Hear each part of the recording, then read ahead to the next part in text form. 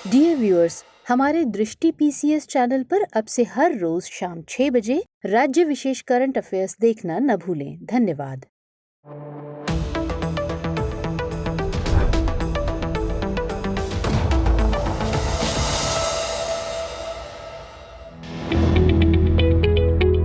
Dear viewers, इस topic को अंग्रेजी में देखने के लिए देखिए हमारा इंग्लिश यूट्यूब चैनल।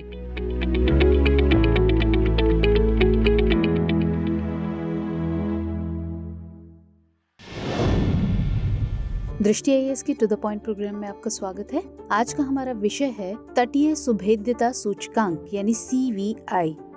आइए जानते हैं चर्चा में क्यों है। दरअसल हाल ही में Indian national centre for ocean information services यानी INCOIS ने तटीय सुभेद्यता मूल्यांकन किया। यह मूल्यांकन राज्यों के स्तर पर संपूर्ण भारतीय तट के लिए तटीय सुभेद्यता सूचकांक यानी कोस्टल वल्नरेबिलिटी इंडेक्स तैयार करने के लिए किया गया है। आइए अब जानते हैं कि ये तटीय सुभेद्यता सूचकांक यानी CVI क्या है। तो INCOIS यानी इनकॉइस ने CVI तैयार करने के लिए 1:1,00,000 पैमानों पर 156 मानचित्रों वाला एक एटलस निकाला है। ये मानचित्र भारतीय तट के लिए भौतिक और भूवैज्ञानिक मापदंडों के आधार पर भविष्य में समुद्र के स्तर में वृद्धि के कारण तटीय जोखिमों का निर्धारण करते हैं। CVI सापेक्ष जोखिम का उपयोग करता है और मानता है कि समुद्र के स्तर में वृद्धि होने से भौतिक परिवर्तन होंगे। समुद्र के स्तर में वृद्धि कुछ मापदंडों के आधार पर निर्धारित की जाती है, जैसे ज्वारीय सीमा यानी टाइडल रेंज, लहर की ऊंचाई यानी वेव हाइट, तटीय ढलान यानी कोस्टल स्लोप, तटीय ऊंचाई या कोस्टल एलिवेशन, तटरेखा परिवर्तन दर यानी शोरलाइन चेंज रेट, भू आकृति विज्ञान यानी जियोमॉर्फोलॉजी तथा सापेक्ष समुद्र स्तर परिवर्तन की ऐतिहासिक दर यानी historical rate of relative sea level change. गौरतलब है कि तटीय आपदा प्रबंधन और लचीले तटीय समुदायों के निर्माण के लिए तटीय भेद्यता मूल्यांकन उपयोगी जानकारी हो सकती है। इसके जरिए बढ़ते समुद्री जल स्तर से उपजने वाली समस्याओं को हल करने में भी मदद मिल सकती है। आइए अब नजर डालते हैं इससे संबंधित मुख्य बिंदुओं पर।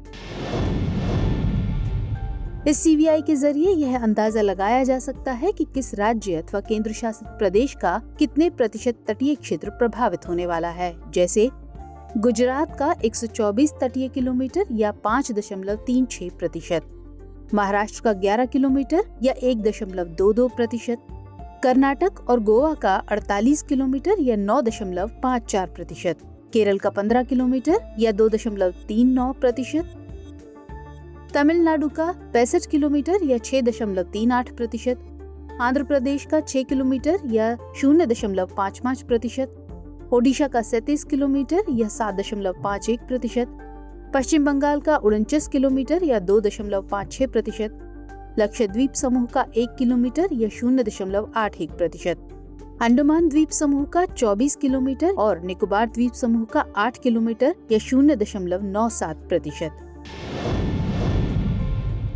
आइए अब नजर डालते हैं Indian national centre for ocean information services यानी इनकॉइस पर। तो इनकॉइस पृथ्वी विज्ञान मंत्रालय के तहत एक स्वायत्त संगठन है और इसकी स्थापना 1999 में की गई थी। यह पृथ्वी प्रणाली विज्ञान संगठन यानी अर्थ सिस्टम साइंस ऑर्गेनाइजेशन या ESSO नई दिल्ली की एक इकाई है। यह हैदराबाद में स्थित है। इसका उद्देश्य सतत सागरीय प्रेक्षण और केंद्रित अनुसंधान के माध्यम से समाज, उद्योग, सरकार और सामाजिक समुदाय को आंकड़े, सूचना और सलाहकारी सेवाएं प्रदान करना है। यह निरंतर अवलोकन और व्यवस्थित एवं केंद्रित अनुसंधान के माध्यम से आंकड़े जुटाता है। आइए अब बारी है आज के अभ्यास प्रश्न की। निम्नलिखित कथनों पर विचार कीजिए। 1. इनकॉइस द्वारा तटीय भेद्यता मूल्यांकन किया गया है। 2. इनकॉइस महासागरों और मत्स्य पालन मंत्रालय के तहत एक स्वायत्त संगठन है। आपको बताना है कि इनमें से कौन सा या कौन से कथन सही है या सही है।